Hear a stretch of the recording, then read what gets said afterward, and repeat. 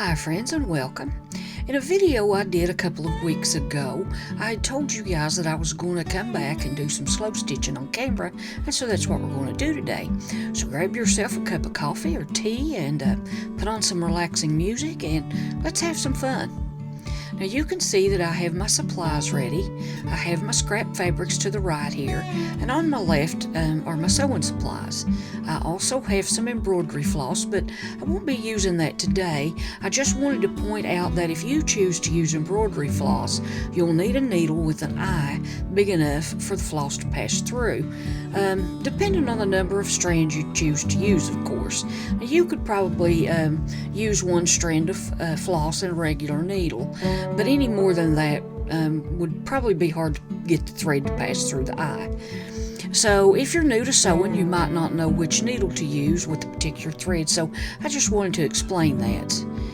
I'm going to use the embroidery needle with regular sewing thread today. This is Coach brand polyester all-purpose thread, and I have my piece of muslin ready here. And I just ripped it out of a piece of yardage that I had.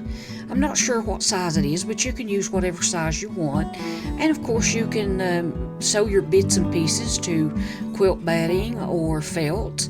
A piece of an old sheet would work fine. And I'll also be using a glue pen to hold my bits and pieces in place while I stitch, but an Elmer's glue stick, a washable glue stick, would work just as well. Now I'm ready to start stitching, and I've already chosen some fabrics here, and I'll start with this one, which still has the selvage on it, and that's fine. You can use pieces like this. It just adds some color and interest. So to get started, I'm going to make a quilter's knot in my thread, and I'll show you how to do that. You take the end of your thread and point it toward the tip of the needle like this. And then you grab the needle and wrap it around 1, 2, 3, 4 times. Then hold the wrapped thread and pull the needle through. And there's your knot. And here you can probably see it a little bit better. Now in slow stitching, bigger stitches are often used and actually preferred because it just adds that homemade rustic look that you're going for. And I'm going to stitch this down using fairly big stitches, and if you want to use smaller stitches, you definitely can. Slow stitching is a good way to practice, though, if you want to use it for that. You can practice embroidery stitches, anything you want. You can get better and better at this as you go along. So I'm just finishing up this piece, and I'll add another one. And I'll stitch this piece down, and then off camera I'll finish this side of my fabric, and I'll be back when it's done. Okay, so this side is finished, and I really like how this turned out.